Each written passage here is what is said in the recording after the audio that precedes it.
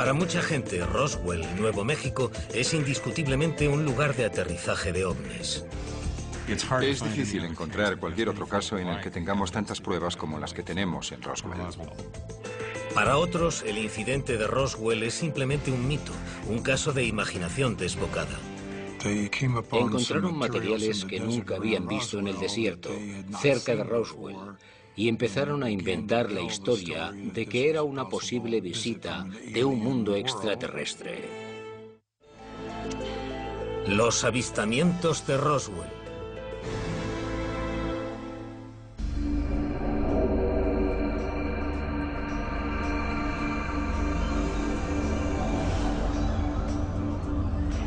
Todos los fines de semana que coinciden con el 4 de julio, miles de personas se concentran en Roswell, Nuevo México, para conmemorar el aniversario de lo que creen que fue el acontecimiento extraterrestre más importante de la historia.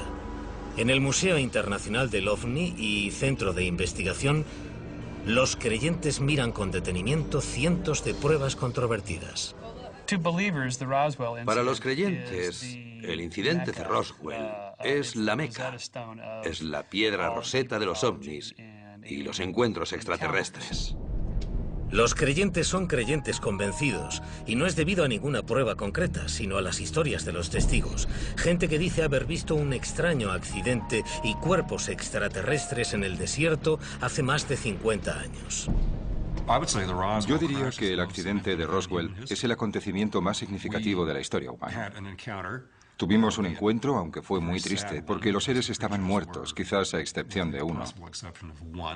Tuvimos un encuentro con seres de otro mundo.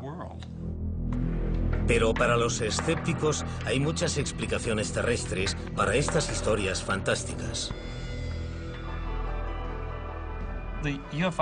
Los que realmente creen que sucedió algo extraterrestre en Roswell han cogido pedazos de acontecimientos que sí tuvieron lugar, los han distorsionado y han construido un mito a su alrededor. Los acontecimientos que acabarían por conocerse como el incidente de Roswell empezaron a principios de verano de 1947, una época que cambiaría el pueblo para siempre. Los informes sobre platillos volantes empezaron sobre el 25 de junio de 1947 y enseguida todo el mundo empezó a ver platillos volantes. Los habitantes del sudeste de Nuevo México empezaron a ver cosas extrañas en el cielo. Cosas a las que llamaban objetos voladores no identificados, también conocidos como ovnis. Nuevo México se movía con la ovnimanía y la gente que hablaba de marcianos invasores. Por favor, poneos en contacto con nosotros. Somos amigos, por favor, poneos en contacto con nosotros. Somos amigos. Y el 5 de julio de 1947 realmente cayó algo del cielo cerca de Roswell y aterrizó en el campo de un ganadero de ovejas, Mac Brazel.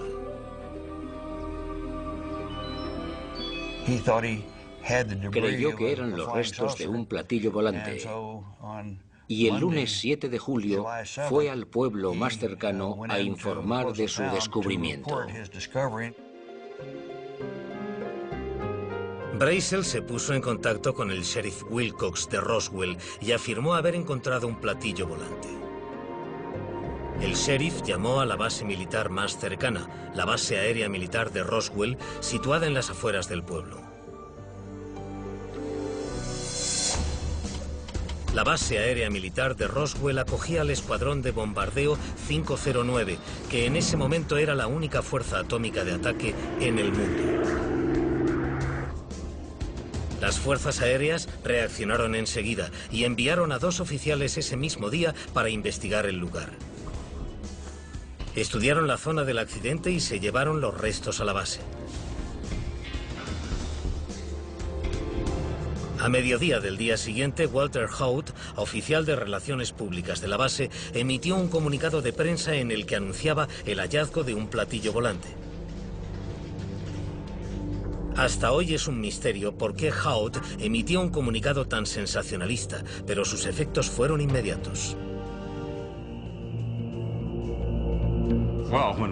Cuando se conoció la historia de Walter, fue un bombazo.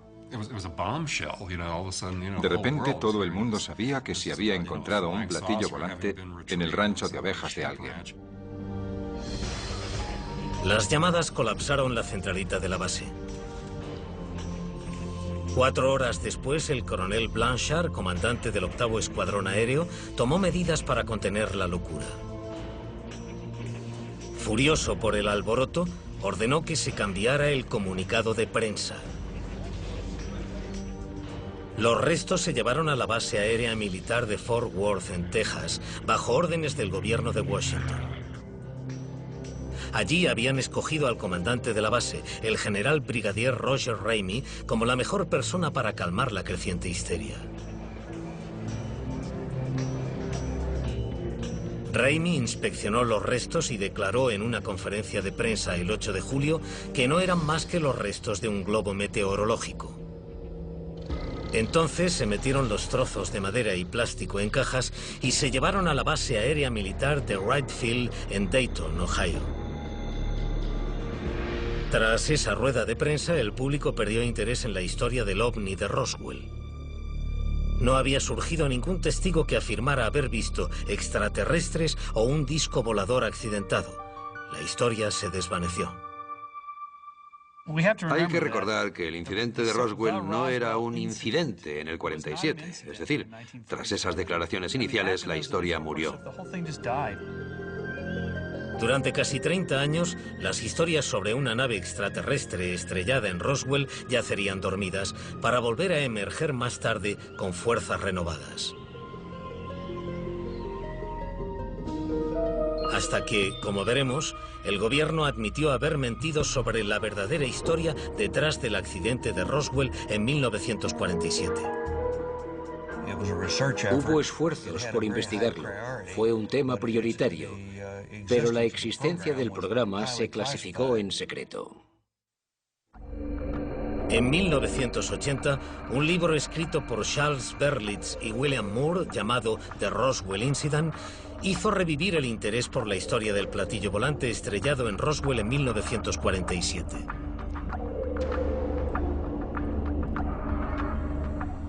Berlitz estaba convencido de que debe de haber algo más tras la historia de los restos del ovni, que fue rápidamente desestimada por las fuerzas aéreas, alegando que era un simple globo meteorológico. El libro contiene entrevistas a testigos que han declarado haber visto cosas increíbles en el lugar del accidente. Ahora hay testigos presenciales que afirman que el gobierno realmente recogió un platillo volante y cuerpos extraterrestres en Roswell y que desde entonces se ha mentido sobre ese tema. La presunta tapadera empieza en cuanto el ganadero Mac Brazel informa que ha encontrado los restos. El ejército ya estaba allí antes del amanecer del día siguiente, sábado, recogiendo pedazos.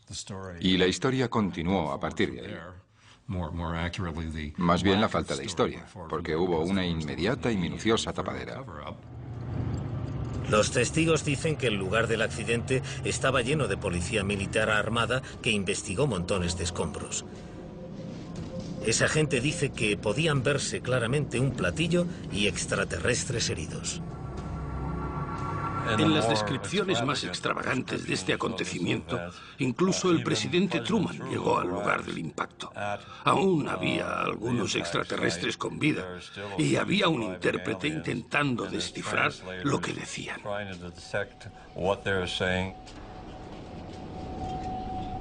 Según estas historias, los cuerpos de los extraterrestres y los pedazos del platillo volante fueron transportados a un hangar en la base aérea de Roswell. Aún hoy te da una sensación espeluznante cuando pasas junto a ese edificio y miras dentro. Creo que fue allí donde llevaron todas las cosas. Entonces se enviaron los cuerpos y los escombros a su destino final. Probablemente todos los cuerpos, quizás gracias a Washington, acabaron por enviarse a la base aérea de Wright-Patterson. Los teóricos de la conspiración creen que los extraterrestres y los restos están guardados y muy vigilados en alguna instalación ultrasecreta del gobierno. Desde el primer libro acerca de Roswell de 1980 han aparecido muchos testigos más y se han escrito muchos más libros que han avivado las airadas afirmaciones de que el gobierno esconde algo de gran importancia.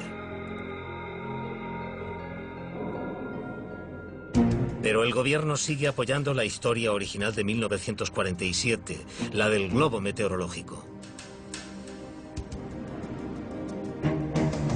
En 1994, el congresista de Nuevo México, Stephen Schiff, respondió a la presión de sus electores instando a la Oficina General de Información de Washington a investigar el asunto en profundidad. En 1995, en un documento llamado el Informe Roswell, las fuerzas aéreas afirmaron decir finalmente la verdad, que la explicación del globo meteorológico era, en efecto, una tapadera. Ese informe revela que los escombros encontrados por el ganadero Mac Brazel eran de un programa militar estadounidense de alto secreto. Bajo el nombre en clave de Mogul, los militares probaban aparatos especiales unidos a globos de gran altura para espiar a la Unión Soviética.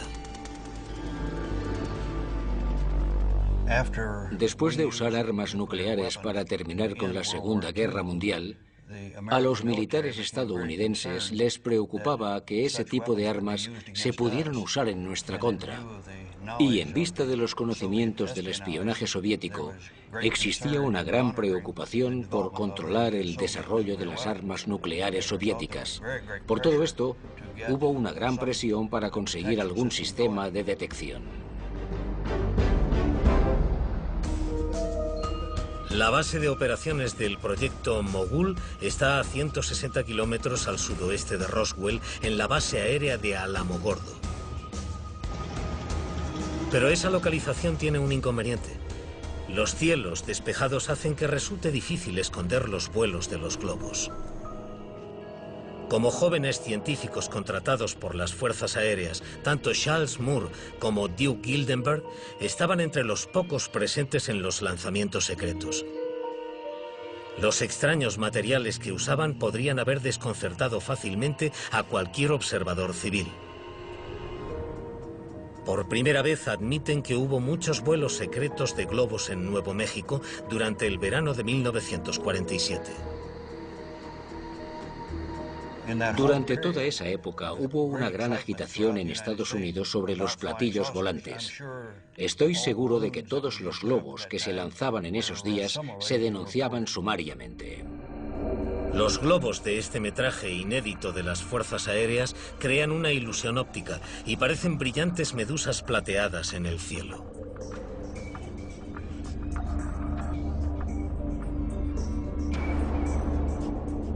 El proyecto Mogul haría volar un artefacto altamente secreto dotado de micrófonos sensibles acoplados a una cadena de globos de helio de 180 metros. Esta carga ultrasecreta podía detectar acústicamente explosiones atómicas, incluso al otro lado del mundo.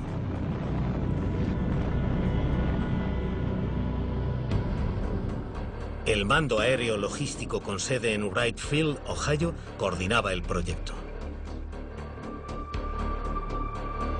Fue un esfuerzo de investigación. Tenía mucha prioridad, pero la existencia del programa era muy secreta. El 4 de junio se lanzó un vuelo de Mogul con aparatos rastreadores acoplados al globo para que el equipo controlara la trayectoria de vuelo. El globo flotó libremente sobre la cordillera hacia Roswell, pero algo salió mal y se perdió la señal. Sin modo alguno de localizar el globo, el equipo tenía pocas esperanzas de volver a encontrar la carga secreta. Mientras trabajaba en su gran rancho el 5 de julio, Mac Brazel descubrió los restos del globo. La descripción de Brazel de los restos parece la descripción de los escombros de un globo, salvo por un objeto fuera de lo común. El mismísimo Brazel dijo que era papel de aluminio, celo, madera ligera y algunos otros materiales de ese estilo. Había un trozo que parecía yeso, que casualmente resultó ser la cubierta de plexiglas del recipiente secreto del proyecto Mogul, pero se rompió en el impacto. Rápidamente, eso mutó hasta convertirse en un extraño material que golpeabas y volvía a salir. ¿De dónde salió eso? Yo creo que viene de aquí arriba, de la imaginación de alguien, y de contar la historia y pasar de ese material de globo que no parece muy extraterrestre a este otro material que realmente parece extraterrestre.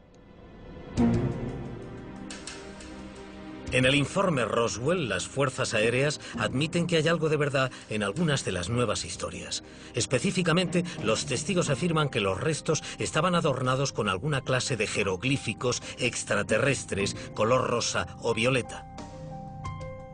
El aparato rastreador de Mogul tiene un aspecto similar a ese. Estaba todo unido con una cinta que tenía unos dibujos abstractos, parecidos a flores de color violeta rosáceo. Cada vez que preparaba un rastreador para un vuelo, me preguntaba cuál era la función de esos dibujos parecidos a flores. Resultó ser que la empresa que hacía los rastreadores usó esa cinta decorada simplemente porque la tenía a mano. Con el tiempo, la historia que rodeó la visita del mayor Jesse Marcel y el capitán Sheridan Cavitt al lugar del accidente también ha sido realzada dramáticamente. El problema estaba en los detalles, y los detalles eran incorrectos. Por ejemplo, se describió a Cavitt con un gran cesto y él nunca llevó un cesto. Dijeron que Marcel usaba un contador Geiger y nadie tenía un contador Geiger. Dijeron que habían vuelto con un convoy de policía militar, pero Cavitt dijo que no había llevado a ningún policía. No sucedió nada de eso. Y estos son solo los detalles esenciales. Cuando realmente investigas el incidente de Roswell, casi no hay testigos presenciales. Normalmente hay personas que conocen a alguien. Yo creo que prácticamente todos los relatos de testigos son eso, nada más que relatos engañosos, mal recordados, completados y falsos. Pero el informe de las fuerzas aéreas de Roswell no terminó con la controversia. Las fuerzas aéreas tendrían que producir otro documento para explicar por qué hubo gente que creyó ver extraterrestres cerca de Roswell en 1947. A continuación descubriremos cómo la recuperación de estos muñecos ocasionó extrañas visiones en Roswell. Enviaron varios equipos en helicópteros con bolsas de cadáveres y metieron los muñecos dentro de ellas.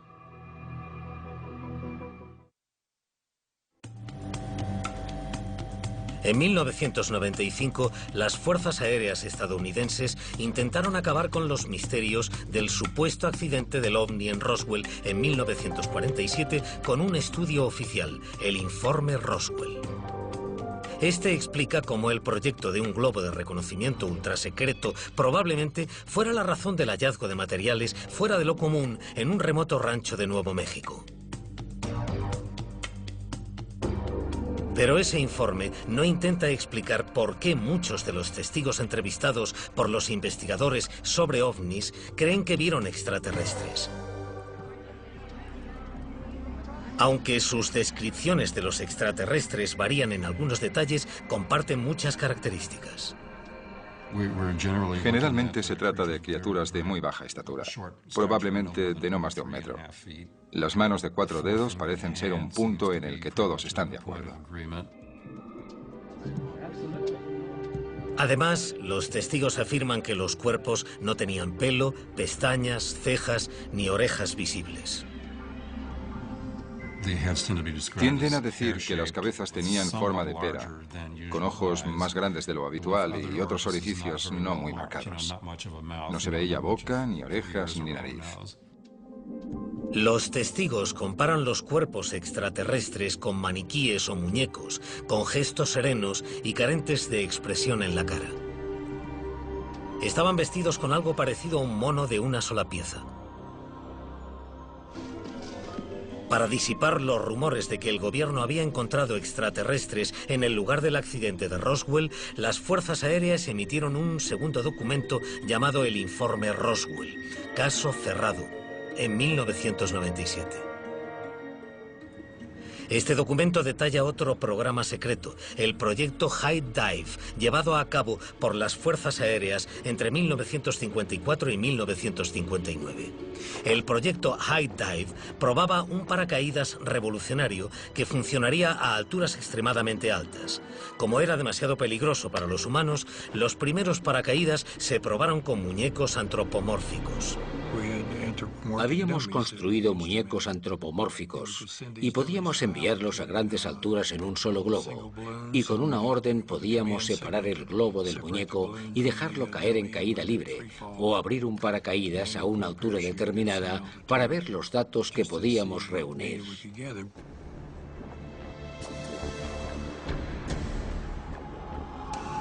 Los globos que llevaban los muñecos eran lanzados desde el desierto, cerca de la base aérea de Holloman, en el sudeste de Nuevo México. Aunque no se lanzó ninguno desde Roswell, muchos muñecos se recuperaban cerca de esta población.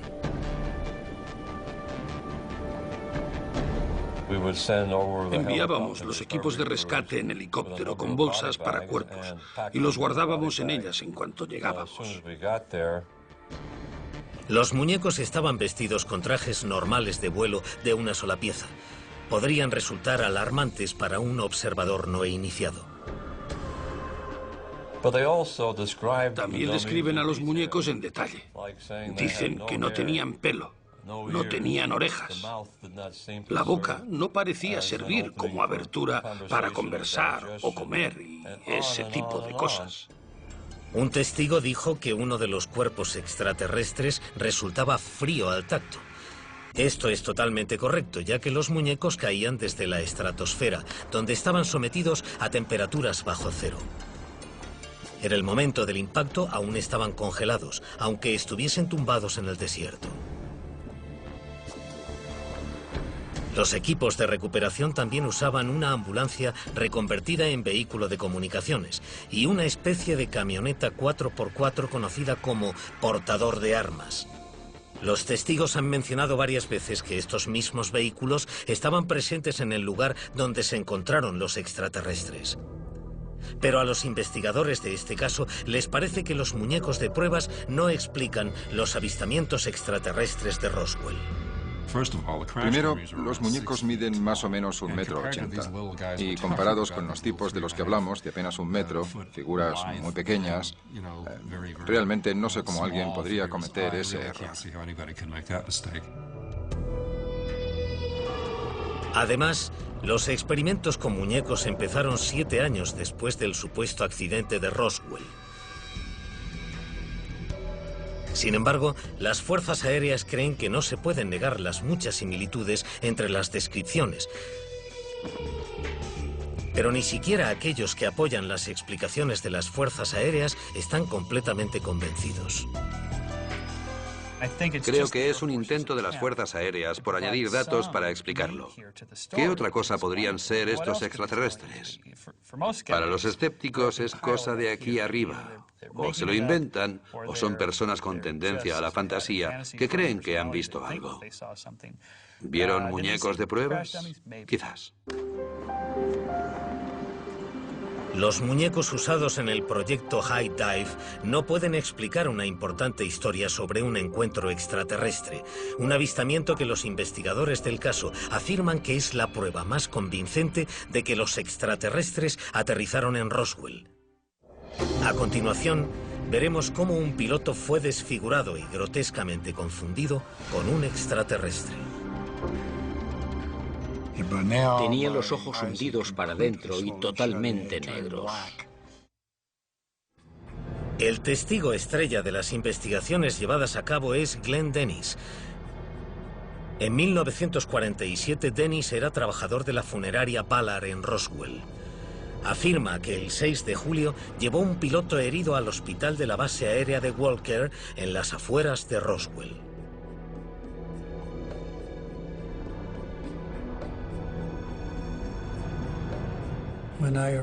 Cuando llegué al lugar donde normalmente aparcaba la ambulancia, había 3 pequeñas ambulancias de campo con puertas basculantes de acero. Una de ellas estaba abierta a unos 30 centímetros y vi muchos escombros detrás. Los escombros eran extraños y no se parecían a nada de lo que había visto hasta entonces. Se parecía a la fibra de vidrio de hoy en día. Eran piezas muy delgadas, tenían toda clase de formas. Había un trozo que parecía el final de una canoa. Tenía esta forma, pero lo que realmente me llamó la atención es que parecían tener jeroglíficos grabados. Dennis entró entonces en el hospital y se encontró a una enfermera llamada Naomi Maria Schulz, que estaba muy nerviosa. Le dijo que se marchase inmediatamente. Estaba a punto de marcharse cuando se le acercaron unos tipos y le preguntaron qué hacía allí. Dijo que había ido por negocios. Le contestaron que no debía estar allí y acabaron por amenazarla. Si no se marcha de aquí, y además dice algo, recogerán sus huesos de entre la arena. Dennis dice que la despiadada amenaza se la hizo un furioso capitán pelirrojo. Dennis se marchó, pero volvió al día siguiente a ver a la enfermera. Ella le explicó una increíble historia sobre una autopsia extraterrestre llevada a cabo por 2 médicos en el hospital el día anterior. Me dijo que no me lo iba a creer. Tenían unas bolsas encima de una camilla de hierro y había 2 cuerpos mutilados muy pequeños. Algunas partes de los cuerpos parecían casi negras. La enfermera le dijo a Dennis que el olor era tan fuerte que ella y los médicos se vieron obligados a abandonar la autopsia. Tras esa conversación con la enfermera, Dennis no volvería a verla nunca. La trasladaron esa tarde. Después de las 3, una de las enfermeras que conocía me llamó y me dijo que habían trasladado a mi amiga. Las fuerzas aéreas dicen que la increíble historia de Dennis, que se ha convertido en una extendida leyenda popular, puede ser simplemente una mezcla confusa de detalles de 2 accidentes distintos que ocurrieron cerca de Roswell.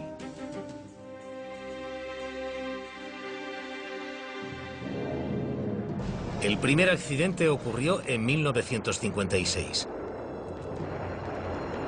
Un avión de las fuerzas aéreas se estrelló en el desierto cerca de Roswell. Murieron 11 miembros de la tripulación. El lugar del accidente fue rodeado de policía militar para mantener al público alejado de la cruda escena. Se llevaron los cuerpos negros y destrozados de la tripulación a la base aérea de Walker para practicarles la autopsia. Debido al abrumador olor a carne quemada y combustible, se suspendió la autopsia y los cuerpos se metieron en bolsas para cadáveres selladas. Las bolsas se enviaron a la funeraria Ballard en Roswell, donde había una buena refrigeración. Puede ser que Dennis, empleado de la funeraria, viera los cuerpos conservados en frío. Las fuerzas aéreas creen que los recuerdos de Dennis sobre ese acontecimiento pueden haber evolucionado hasta convertirse en esta historia de autopsias extraterrestres. En psicología llamamos a esto confabulación, porque mezclas recuerdos reales con tus propias interpretaciones de ellos, con fantasías que les has añadido, con relatos de otras personas sobre lo que creen que vieron, y todo eso se convierte en un recuerdo real para ti. Pero no existe en ningún otro lugar que en la mente de esa persona. Después se convirtió en el relato estrella del incidente Roswell, cuando en realidad no representa nada en absoluto. En cuanto a la enfermera, los archivos del gobierno muestran que nunca hubo nadie llamado Naomi Maria Schulz destinado en la base aérea de Walker y que nadie que respondiera a ese nombre trabajó nunca en las fuerzas aéreas.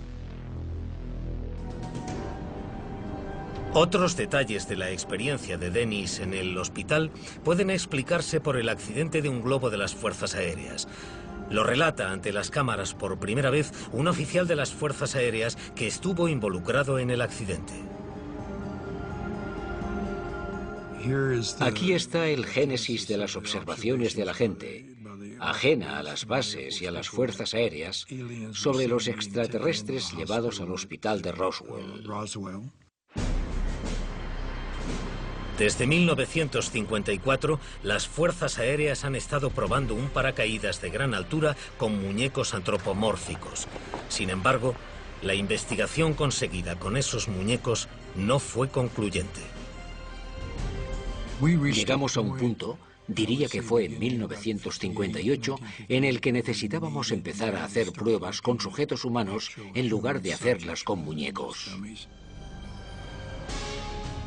Este nuevo esfuerzo, cuyo nombre en clave era Proyecto Excelsior, era una empresa arriesgada. El capitán Joe Kittinger, un piloto de pruebas pelirrojo y sin miedo, se prestó voluntario para saltar desde una góndola abierta al borde del espacio a 30.000 metros de altura para probar el paracaídas. El entrenamiento para este peligroso proyecto se llevó a cabo en estricto secreto. 2 pilotos más, el capitán Dan Fulgham y el capitán Bill Kaufman, también se prepararon para la peligrosa misión. Los 3 intrépidos pilotos subieron a una góndola especial el día 21 de mayo de 1959 en un simple vuelo de entrenamiento de bajo nivel. Pero el aterrizaje cerca de Roswell no salió según lo planeado. La góndola cayó al suelo. La velocidad lateral era tan alta que cerró la góndola como una lata. Los extremos se unieron. Cuando aterrizó cabeza abajo, yo estaba tumbado en el suelo.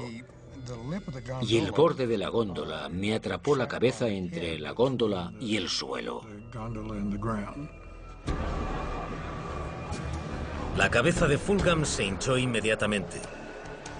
El helicóptero de rescate les llevó a él y a Kittinger, que tenía heridas de poca gravedad, al hospital de la base aérea de Walker. El personal de recuperación del globo, con su vehículo de comunicaciones, una ambulancia adaptada, recogió a Kaufman y los restos del globo y fue hasta la base. Finalmente pudimos entrar y creo que uno de los policías militares nos llevó al hospital. Cuando llegamos allí aparcamos junto a urgencias. Había una rampa. Aparcaron la ambulancia adaptada donde Dennis afirmaba haber visto una ambulancia con extraños restos dentro. Había 2 paneles parecidos a los extremos de una canoa. También había cosas escritas en ellos que podrían resultar difíciles de descifrar desde una cierta distancia. En el hospital, la cabeza de Fulgham se había hinchado hasta llegar a un tamaño que era el doble de su tamaño normal. Esta increíble fotografía fue tomada días después de que la hinchazón hubiese empezado a remitir. Lo primero que hizo el cirujano para intentar contener la hinchazón de mi cabeza fue envolverme en vendas, con lo que se acentuó el tamaño de la cabeza, y para entonces mis ojos se habían cerrado totalmente, se habían hinchado y se habían vuelto negros debido a la sangre. Fulgham, que era libre para pasear por el hospital, atraía las asombradas miradas de la gente. Mientras tanto, Kittinger intentaba desesperadamente coordinar su regreso a la base aérea de White-Patterson en Ohio para evitar cualquier publicidad innecesaria sobre ese proyecto secreto.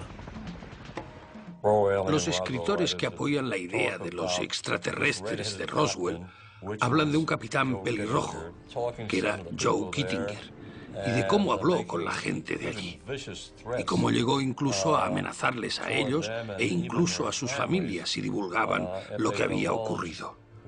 Lo que de verdad sucedió es que les pidió muy educadamente que por favor no dijeran nada sobre ese accidente de globo, porque tenía proyectos programados que podrían verse comprometidos si demasiada gente se enteraba del accidente.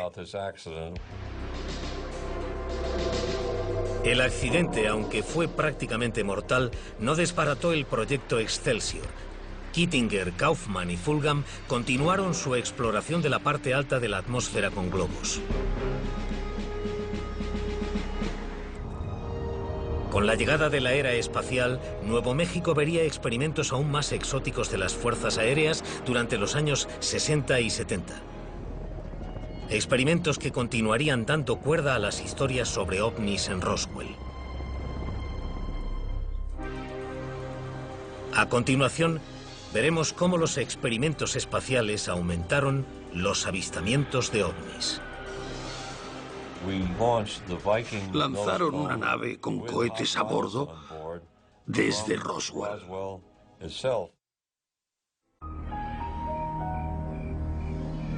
Desde el supuesto accidente de Roswell de 1947, los habitantes de Nuevo México han descrito discos plateados que cruzan el cielo silbando.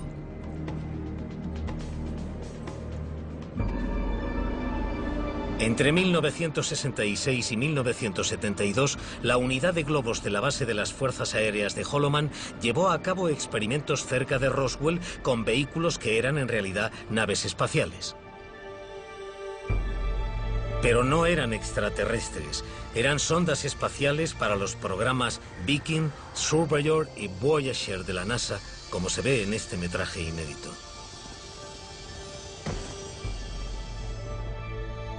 Hicimos volar varios objetos con forma de disco.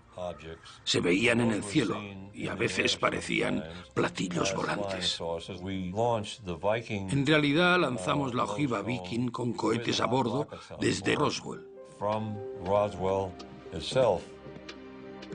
Varios de los museos de Roswell han hecho copias de la ojiva Viking y han dicho que ese era el aspecto de la nave espacial.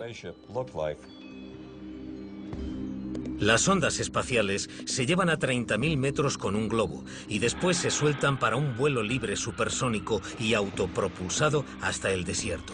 Un observador imaginativo podría confundir las pruebas de las sondas espaciales de la NASA con una visita de otro mundo.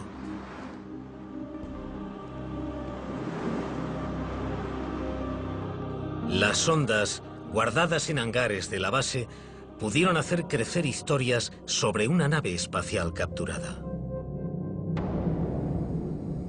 Tenían las cosas bajo llave para que la gente no se metiera allí a curiosear. Pero la gente que pasaba a veces veía esas cosas, quizás a través de una grieta en la puerta del hangar, y se interpretaban como restos del accidente de 1947. Estos gigantescos globos atados, que se usaban para experimentos meteorológicos, también alimentaron las historias sobre extraños objetos que planeaban en el sudoeste. Este aparato llamado Globo B voló por primera vez durante los años 60 y se parece mucho al dibujo de un testigo del ovni que supuestamente cayó en Roswell en 1947.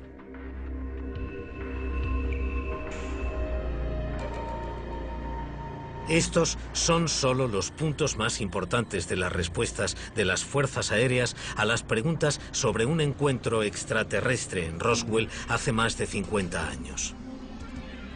Los dos informes oficiales intentan arrojar algo de luz sobre los misterios que han crecido gracias a los proyectos con globos de la Guerra Fría y otros experimentos llevados a cabo en el remoto desierto de Nuevo México. Los teóricos de la conspiración rechazan totalmente sus argumentos. Es curioso cómo cambian de una historia a otra y nos dicen que no mentían la primera vez. Y después vino la historia de los muñecos de pruebas. Deberían aprender a decir sin comentarios. Creo que eso dignificaría la situación mucho más que cualquier otra cosa. Los incrédulos sacan conclusiones diferentes sobre el mito de Roswell. Si puedo hacer un paralelismo con el asesinato de JFK, el incidente de Roswell tiene todos los indicativos del mismo tipo de pensamiento conspiratorio, por los cuales el caso nunca se cerrará. Y la razón es que el misterio es más convincente que la solución. Pero los creyentes convencidos se niegan a abandonar la idea de que el gobierno ha estado encubriendo el accidente de un ovni en Roswell. Aún esperan que un día esa supuesta tapadera pueda finalmente desmontarse. Ojalá tuviésemos algunos restos. No los tenemos. Ojalá tuviésemos una foto del lugar del accidente antes de que se llevaran los restos. No la tenemos. Ojalá tuviésemos una foto del cuerpo. Ojalá tuviésemos los cuerpos. Pero no tenemos nada de eso. Lo que tenemos son muchos testigos. Algunos creen que el interminable mito de Roswell es solo una manera de ganar dinero. Se expandió hasta ser un frenesí de medios de comunicación. Y a eso se reduce todo. Todo se reduce al dinero. Por lo menos ha situado a Roswell en el mapa. Vienen una media de 200.000 personas al año y un 86% de la gente viene a ver el museo. Es un montón de gente. Pero la gente aún está dividida acerca de la verdad sobre el incidente de Roswell, que sin embargo se ha ganado un lugar en la historia. Si dentro de 100 años echásemos la vista atrás y algún sociólogo decidiera escribir una historia sobre los Estados Unidos de la segunda mitad del siglo XX y sobre algunas de las cosas extrañas en las que creía la gente, creo que Roswell estaría entre los 10 mitos más importantes de Estados Unidos durante la Guerra Fría. Es el clásico ejemplo de histeria colectiva y una leyenda urbana que explica los miedos y las ansiedades de los estadounidenses durante esa época, que giran alrededor de esta nueva y emocionante cultura de la ciencia ficción, de la NASA, que vivíamos en ese momento.